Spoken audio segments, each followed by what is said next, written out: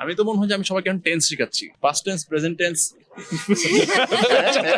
মানুষের কাছে যত গালি খায় আমার কাছে মনে হয় যে এটা আমার অ্যাচিভমেন্ট। আমরা একদম শেষ পর্যায়ে, খুব শীঘ্রই এই নাটক টেকনিক্যালি শুটিং অফ হয়ে যাবে।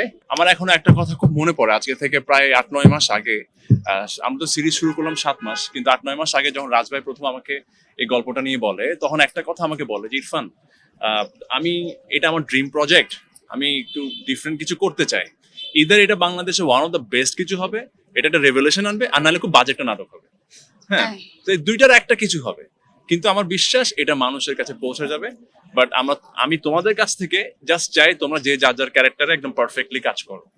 টু বি অনেস্ট, আমরা শুরু থেকে, শুধু আমি বলে কথা না, আমার কাছে মানে প্রত্যেকটা ক্যারেক্টার, একটা ছোট পাসিং ক্যারেক্টার পর্যন্ত খুব মনোযোগ দিয়ে তার চরিত্রটা করেছে এই সিরিয়ালে, এবং তার চরিত্র ইম্পর্টেন্স হ্যাঁ, এবং তার একটা ইম্প্যাক্ট ছিল, প্রত্যেকটা ছোট বড় প্রত্যেকটা ক্যারেক্টার একটা ইম্প্যাক্ট ছিল। ইভেন আমাদের ভাই কই, আমাদের ভাই আবুল ভাই, হ্যাঁ, এত জনপ্রিয় একটা ক্যারেক্টার আমাদের এই সিরিজে। তো সবকিছু মিলায় আমি অডিয়েন্সকে ধন্যবাদ দিতে চাই যে আপনারা প্রত্যেকটা ক্যারেক্টারকে এত স্ট্রংলি আপন করে নিয়েছেন।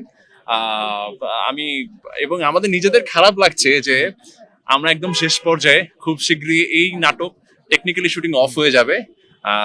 জানি না আর কখনো এই সেট বা এই গল্প ফিরবে কিনা, বাট আপনাদের সবাইকে মিস করব এবং এই গল্পের অডিয়েন্স গুলোকে মিস করব। আমি বিশ্বাস করি এখনো পর্যন্ত অনেক অডিয়েন্স দেখছে, প্রায় 20 মিলিয়ন, 24 মিলিয়ন, 25 মিলিয়ন মতো অডিয়েন্স দেখেছে। আই হোপ প্রত্যেকটা পর্ব একটা সময় গিয়ে 50 মিলিয়ন ক্রস করে যাবে। আমার জন্য খুবই পছন্দের একটা ক্যারেক্টার। আমি তো মনে হয় যে আমি সবাইকে এখন টেন্স শেখাচ্ছি, পাস্ট টেন্স, প্রেজেন্ট টেন্স।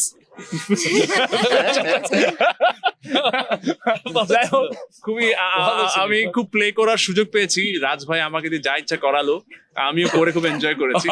মানুষের ফিউচার টেন্সের কি অবস্থা? এই তো মাঝামাঝি আছে আর কি। তো এখন যে জিনিসটা হচ্ছে, মানুষের কাছে যত বকা খাই, গালি খাই, আমার কাছে মনে হয় যে এটা আমার অ্যাচিভমেন্ট। আমি হয়তো মেক বিলিভ করাতে পেরেছি যে ফাহাদ ক্যারেক্টারটা এমন খুবই সাইকোলজিক্যাল একটা জার্নির মধ্যে দিয়ে অল থ্রু এই গল্পটাতে আমার যেতে হয়েছে। আমি চেষ্টা করেছি যখন যেভাবে যতটুকু পরিমিত অ্যাক্টিং করা দরকার সেটা করতে, এবং আমি চরিত্রটার কথা কখনোই ভুলবো না, যে চরিত্রটা আমার নামকে ছাপিয়ে মানুষের কাছে অনেক বড় একটা পরিচয় পেয়েছে।